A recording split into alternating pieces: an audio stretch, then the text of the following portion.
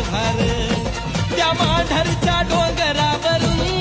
काळूबाई चालवी जगाचा कारभार चालवी जगाचा कारभार काळूबाई चालवी जगाचा कारभार चालवी जगाचा कारभार काळूबाई चालवी जगाचा कारभार